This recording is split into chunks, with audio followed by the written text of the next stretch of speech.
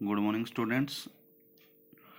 I hope you are all safe and staying at home. Now we are going to discuss the second part of Lost Suffering, titled I Want to Drive a Car by Anis Jung. The second part is about the life of Mukesh. जो दूसरा भाग है lost suffering का, जिसका title है I want to drive a car, और एनिस जंग के द्वारा लिखा गया है second part. The second part is about the life of Mukesh. जो दूसरा भाग है उसमें जो प्रोटैगनिस्ट है, जो मेन करेक्टर है, वो मुकेश है, और वो मुकेश की लाइफ के बारे में है. Who comes from the family of Bengal makers, जो कि चूड़ियाँ बनाने वालों के परिवार से संबंध रखता है. Firozabad is quite popular for its glass blowing industry. जो फिरोजाबाद है वो कांच को पिघलाने की जो उद्योग हैं, फैक्ट्रियां हैं, उनके लिए फेमस है इंडिया में. Staggering 20,000 children are a part of this business. एक बिल्कुल ही चौंका देने वाली बात है ये. स्टैगरिंग का मतलब होता है चौंका देने वाली. जो 20,000 बच्चे हैं वो इस व्यवसाय का भाग हैं. And any law that forbids, और कोई भी जो कानून है, दैट फॉरबिड का होता है मनाही करना या फिर रोकना. तो कोई भी कानून जो रोकता है किसको? चाइल्ड लेबर को, बाल श्रम को, इज ब्रूटली इग्नोर्ड हियर. वो जो है उसको भयानक रूप से इग्नोर किया जा रहा है, यहाँ पे अनदेखा किया जा रहा है उस कानून को जो चाइल्ड लेबर को रोकता है, बच्चे के काम करने वाले को रोकता है. ये एक कानून बनाया गया है कि 14 साल से कम बच्चे के लिए जो काम करवाना है वो एक कानूनन अपराध है. तो ऐसा भी कोई कानून जो है जो चाइल्ड लेबर को रोकता है वो यहाँ पे इग्नोर किया जा रहा है, उस कानून की अनदेखी की जा रही है. Also the working environment and the living conditions are pathetic. तो यहाँ पे जो काम करने का वातावरण है, काम वाला वातावरण है, और जो रहने की परिस्थितियां हैं वो भी यहाँ पे बिल्कुल दयनीय हैं. Children live in dingy cells. बच्चे जो हैं वो कहाँ पे रहते हैं? डिंजी सेल्स के अंदर रहते हैं, जहाँ पे अंधेरा होता है या फिर हवा या रोशनी जो है बहुत ही कम पहुंचती है, उनको हम डिंजी सेल्स बोलते हैं, कोठरी. And work around hot furnaces. और वो जो हॉट फर्नेसेस होती हैं, जो तपती हुई भट्टियां होती हैं, फर्नेस होता है भट्टी, वहां पे उनके इर्द गिर्द उनको काम करना पड़ता है. दैट मेक देम ब्लाइंड, जो कि उनको अंधा कर देता है. व्हेन दे एंटर एडल्टहुड, जब वो किशोर अवस्था में प्रवेश करते हैं या वयस्क अवस्था में प्रवेश करते हैं.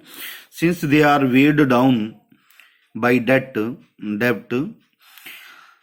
तो जब से वो झुके हुए हैं या उनका सर जो है झुका हुआ है, किस चीज से? डेब्ट से, ऋण से, कर्जे से.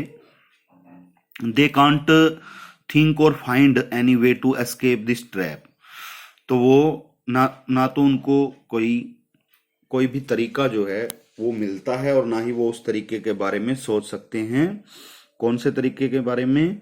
कि इस जाल से कैसे बचा जाए, ऐसा कोई तरीका उनके पास नहीं है, या उसको वो ढूंढ नहीं सकते और उसके बारे में वो सोच नहीं सकते. The politicians, policeman, middleman and bureaucrats obstruct their way of progress. तो जो पॉलिटिशियंस हैं, जो राजनीतिज्ञ हैं, पुलिसमैन हैं, पुलिस सिपाही हैं, मिडलमैन हैं.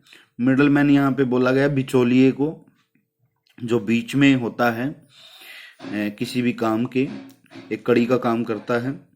एंड ब्यूरोक्रेट्स, और जो ब्यूरोक्रेट्स हैं, नौकरशाह हैं, obstruct their way of progress, वो क्या करते हैं? उनकी उन्नति के रास्ते के बीच में बाधा बने हुए हैं या उनको रोकते हैं.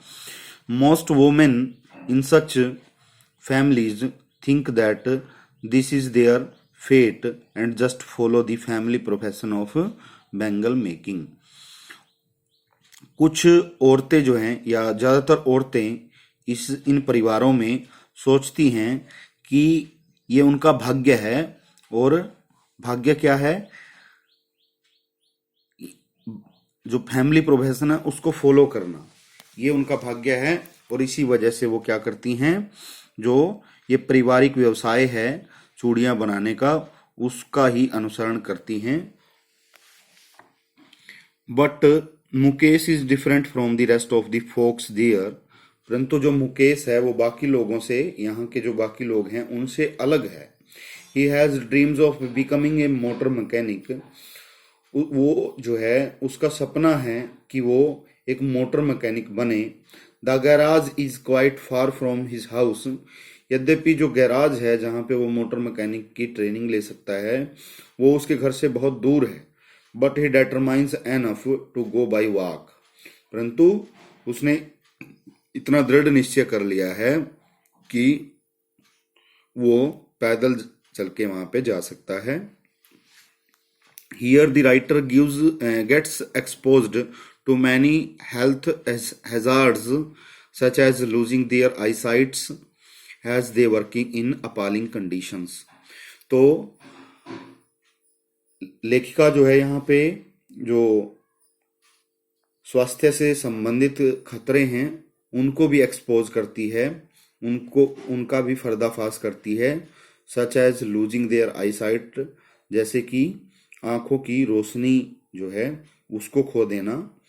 As they working in appalling condition, क्योंकि वो लोग जो हैं बिल्कुल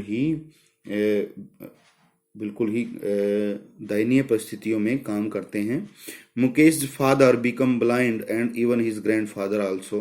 मुकेश का पिता जो है वो भी अंधा हो चुका है और उसका दादा भी अंधा हो चुका है। सो दी Bengal makers of Firozabad are so burdened that they have stopped dreaming, unlike Mukesh who wants to drive a car।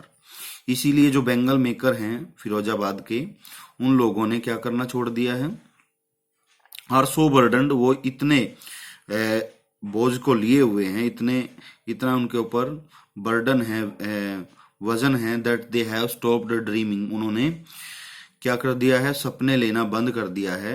Unlike Mukesh, केवल मुकेश के अलावा या मुकेश को छोड़कर, Mukesh who wants to drive a car, जो कि एक कार को चलाना चाहता है या एक मोटर मैकेनिक बनना चाहता है। तो इस लेसन में हम बहुत सारी और चीजें जो है वो पढ़ेंगे जब इसको टोटली या फुली डिस्कस करेंगे। अब यहाँ पे हमारे पास इतना टाइम नहीं होता कि हम इसको पूरा डिस्कस कर सकें।